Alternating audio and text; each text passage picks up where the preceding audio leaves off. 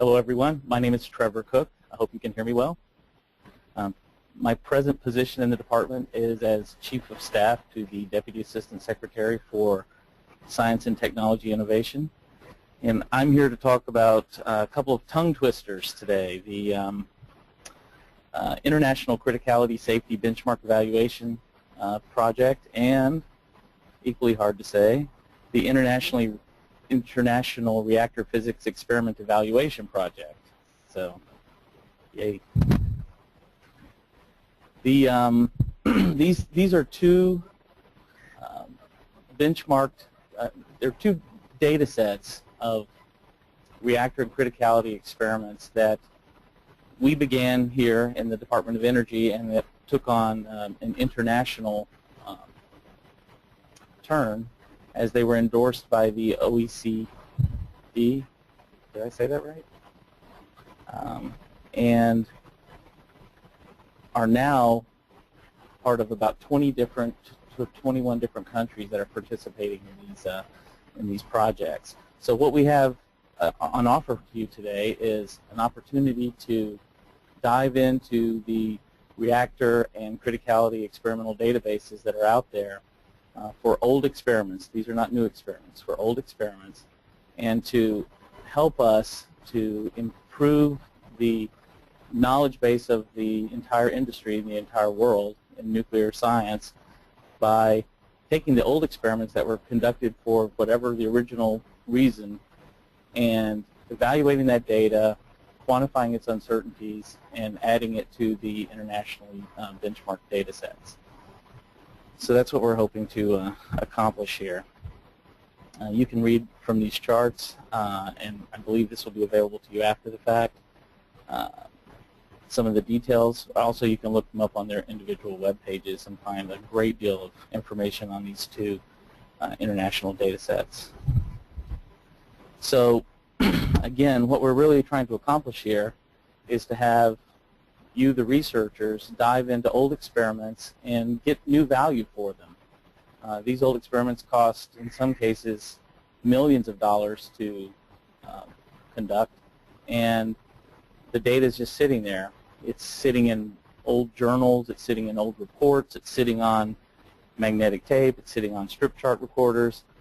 And what we need you guys to do is to identify relevant and interesting experiments from the past, to take that data and to bring new life into it by talking to the old researchers, looking at the old documents, figuring out exactly what the data means, assessing its uncertainties, and putting it into a standard format that scientists around the world can use and take advantage of to benchmark new codes, to develop new methods, etc. It's a real win-win for the department and for the rest of the country because we don't have to redo these very expensive old experiments and we can get maximum benefit from them. So this is just by way of example. Last year's report on criticality safety benchmark experiments was published in September. There were 20 countries that contributed to it. A total of 568 experiments were covered by it, thousands of configurations. There's just a tremendous amount of data here, and it is one of the most referenced documents in academic writing that there is. It has a sister, which is the reactor physics benchmark data. A new version just came out in May. That one has 21 countries that have contributed to it. 135 experimental series are included in this, but 4 of them are still in what we call a draft phase. They're not fully evaluated. They haven't been fully accredited yet, so but we're still working on them. And what we want in the future is for winners of this award to add another experiment to that. So the importance of this work, again, is to take old data and get value from it. The actual process and the publishing of this data in its evaluated form has shown us where there are gaps in the knowledge base. And it's also been it's improved how future experiments are conducted, because we now know things not to do when you're conducting an experiment, because it makes it very difficult to use that data for any purpose other than what the original purpose of the experimenter was. And way too often, not too often, often enough, that the experimental data can serve many purposes beyond its original one. Too often was a pejorative phrase. So we want you to benchmark this data, which means to do exactly what I said a minute ago. Go find the data set, retrieve it, evaluate all the old reports on it, quantify the uncertainties, do interviews if you have to, if you can. You probably should, with the original researchers, and to put it in the correct format to go into the reactor and the criticality reports for next year. Well, not for next year, but by the end of the award. So 3 years is what we're looking for. There's a tremendous amount of data out there, and although I don't think I put it on this list, the department is currently very interested in the treat reactor and the potential restart of the treat reactor. And so any evaluated data sets that you do will probably get some brownie points if they were targeted towards the treat reactor. But these other facilities, and there are many, are equally valid, and all of them would be a welcome addition to the international database. So these are just by way of example.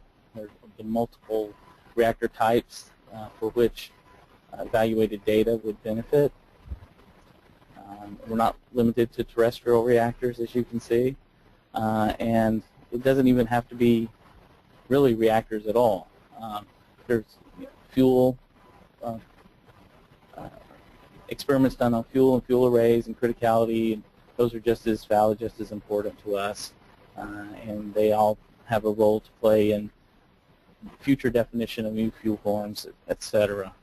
So we're pretty excited about this, and the world has already taken a lot of benefit from the program, and we know that by opening it up to NEUP community, that the universities will be able to share in that benefit, to join with us, and we're excited about that opportunity as well. So my counterpart, the person who's really knowledgeable on this and who's in charge of this, is John Bess at the Idaho National Laboratory. Unfortunately, John couldn't be with us today, but his colleague, Margaret Marshall, is standing by. And if you have any questions, if there are any questions, I'm happy to try to answer them, or to, probably more likely, ask Margaret to join in and answer them for us. So that concludes that presentation. So we will take questions now for the next few minutes. We'll stay on the line. So if you have any questions, please submit them. Are Doppler effects included? I take it the question means, is that one of the effects of interest, right? Correct. So I honestly do not know the answer to that question. Margaret, can you say anything about that? While she's typing an answer, we'll move on to the next question. Oh, she said yes, Doppler effect is included. Next question is, does the IRP consider other areas other than critical experiments and reactor measurements?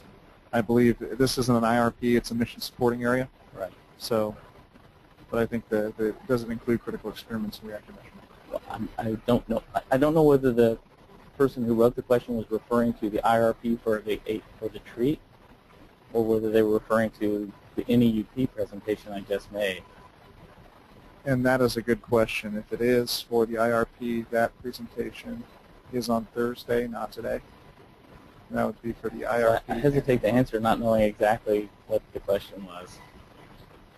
I can tell you that the two areas that we're interested in are pretty general, actually. Criticality experiments and reactor-related experiments. The reactor-related experiments can be just about anything related to reactors. Criticality is obviously related to criticality. I don't know what else to say about that.